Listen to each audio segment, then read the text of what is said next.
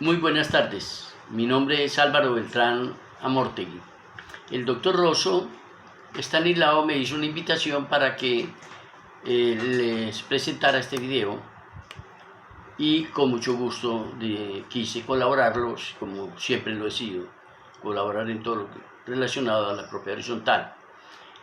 Dos temas voy a tocar: el régimen de la ley 675 de propiedad horizontal y también el administrador de la propiedad horizontal. Vamos a hacerlo en un cuarto de hora y voy a agilizar algunos temas relacionados con lo que estoy hablando.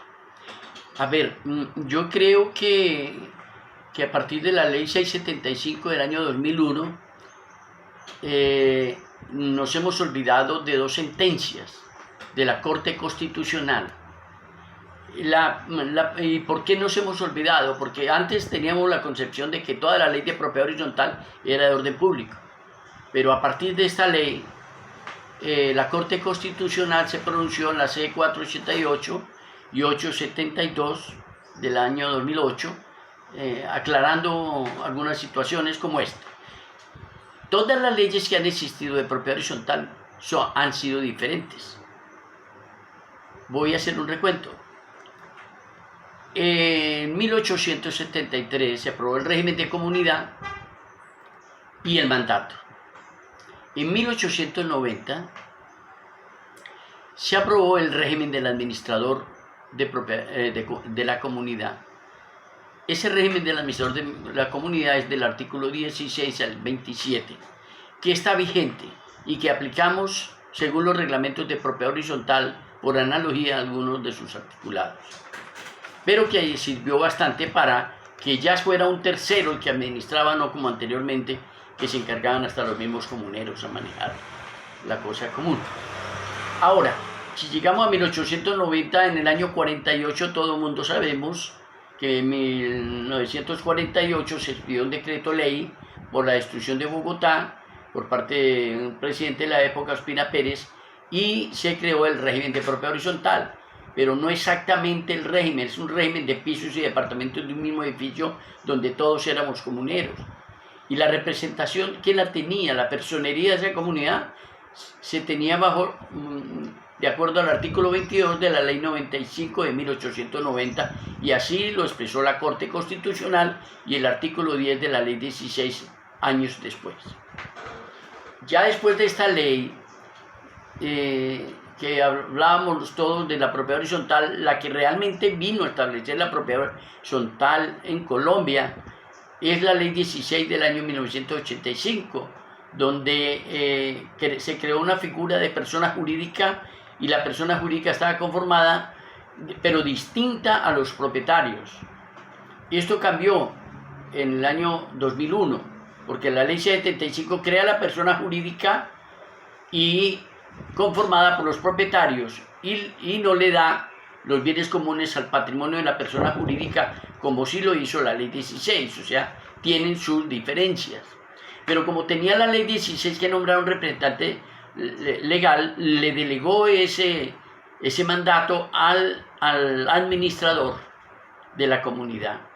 De la ley 16 del 85, en mi concepto, se vislumbró más exigencias para la calidad de administrador, porque ya no era simplemente un administrador de una comunidad, sino también era un administrador como representante legal y representaba el patrimonio autónomo en esa época que tenía esa persona jurídica, que eran los bienes comunes, diferente al año 2001. Pero como también se presentó esa ley 182, con un régimen de comunidad y la personería en cabeza del administrador, bastaba acreditar el acto.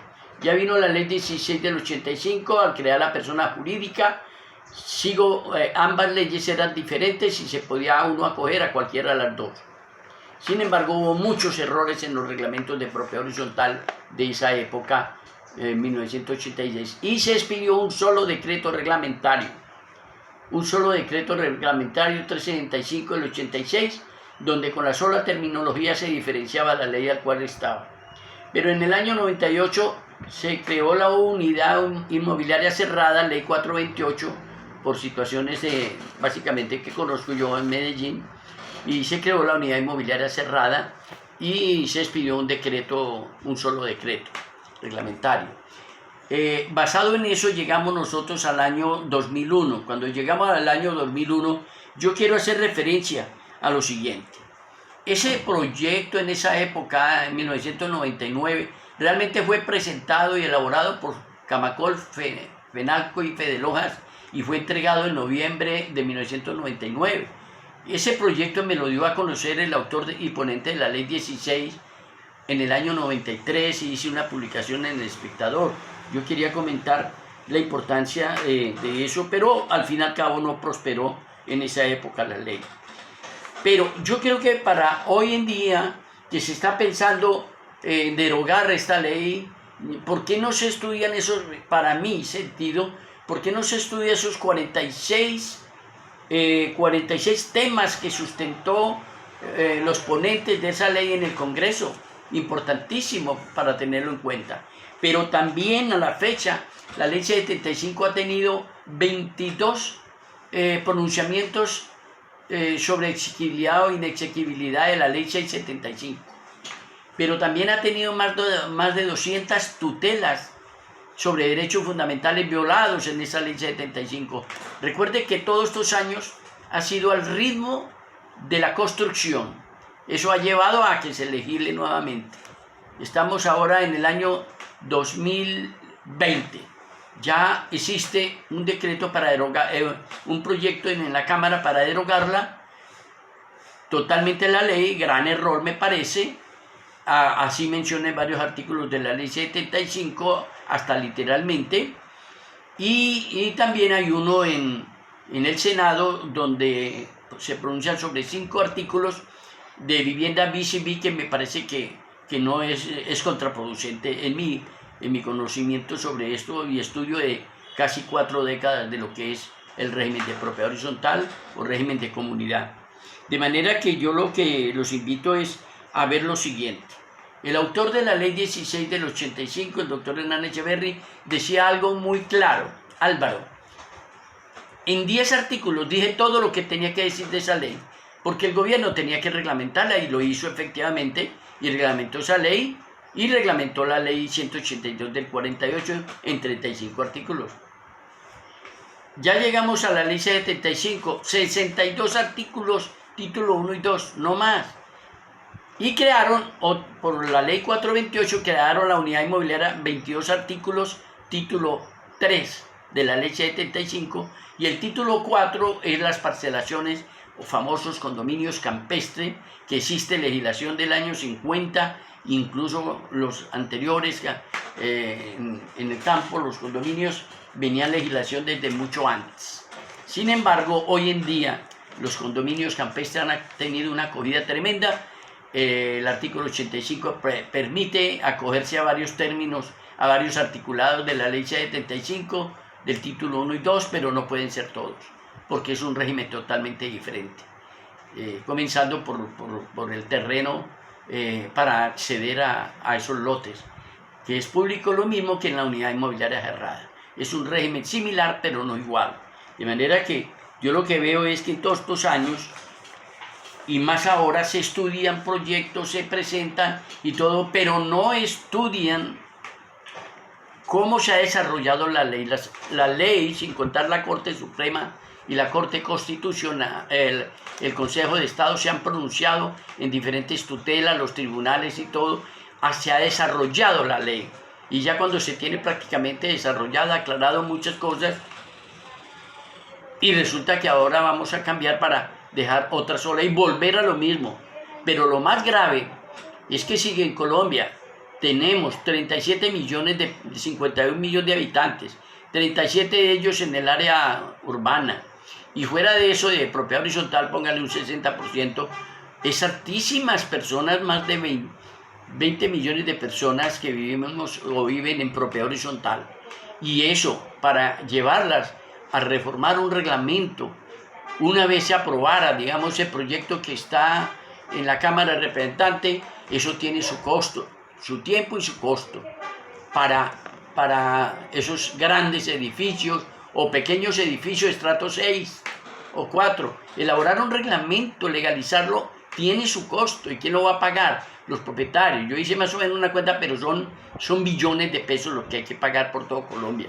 De manera que yo les pido de que reflexionen en eso, no aprobemos lo que debe aprobar, porque si hoy en día me decía un profesor, un alumno mío me decía, oiga profesor, tenemos otra ley. Le digo, sí, claro, la otra ley que tenemos es los pronunciamientos de la Corte que tenemos que respetar en los reglamentos y en las decisiones que tomamos. Eso es la verdad. Entonces, ¿por qué vamos a actuar como locos expidiendo normas y que hoy sin un estudio concientizado y sobre todo sin personas que no conocen? Yo recuerdo que el autor del decreto Ley 1365 de 1986, el presidente de la época contrató a personas expertas para que reglamentaran dos leyes, la 182 y la ley 16. ¿Por qué este gobierno no lo puede hacer o hacerlo hacia el futuro, pero no derogar las leyes? Mal o bien, ahí está, con 20 años y con ese crecimiento de población tan tremendo que vive en propiedad horizontal. Entonces yo quisiera terminar con esto. El problema no son las leyes, porque la ley de propiedad horizontal, como dijo el Congreso en el 2010, se complementa con otras leyes. Tenemos las normas del mandato. ¿Quién quiere administrar? Le hace las normas del mandato que le dice cómo administrar. Si quieren más, tenemos muchas normas que aplicamos por analogía y podemos acogernos a esas normas. En este momento, yo diría, nos falta, yo sé que tiene algunos vacíos, pero son mínimos de la ley 75, que son 62 artículos no más. De manera que está bien estructurada, es la mejor de Latinoamérica. Entonces, acojámonos a modificar, si quiere, algunos apartes de algunos artículos, pero no en su integridad. Volver a mandar a hacer reglamentos no es cosa sencilla. Mire, a partir del año 2001 ha sido un fracaso reformar reglamentos, porque cogen la ley y como dicen, copia y pega. Y miren las alcaldías fuera de Bogotá y fuera de Barranquilla, donde los alcaldes certifican que están bajo la ley 75 y va a mirar el reglamento y la ley subsiste en los reglamentos porque nunca fueron modificadas por los propietarios. Simplemente los alcaldes vienen certificando que existe la nueva ley y eso no es cierto. Aquí se cometen muchos errores. Yo lo llamo mitos de la propiedad horizontal. Son demasiados mitos, pero es por tres aspectos. La ignorancia de la ley, la interpretación y la aplicación generan toda esta clase de problemas. De manera que nos dignifica la educación. Eso es lo que nos hace ser mejores. De manera que capacitémonos mejor. Muy amables. Gracias.